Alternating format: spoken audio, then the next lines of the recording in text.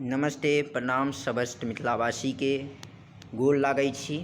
अपने सबके नज़ारा किछु बहुत नीक नज़ारा अपने सबके मनपोरक गामक देखा रहल छी।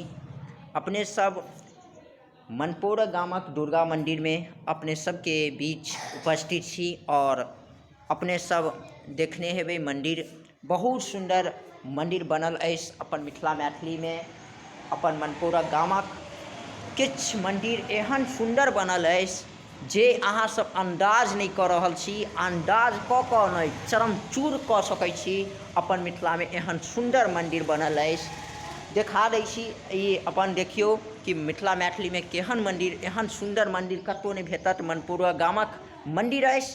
अपने सब साल मनायल जाइ छै दुर्गा पूजा और अपने सब ज़्यादा से ज़्यादा संख्या में दुर्गा माई के उपस्थित सब साल मनाओ और टनटनाइत रहू और अपन मिथिला मैथिली में एनाहिते दुर्गा पूजा चमकैत रहतै और जय जयकार होइत रहतै। तो आओ अपने सब अबियो और दुर्गा माई के मंदिर में अपने सबके स्वागत, अभिनंदन और प्रणाम।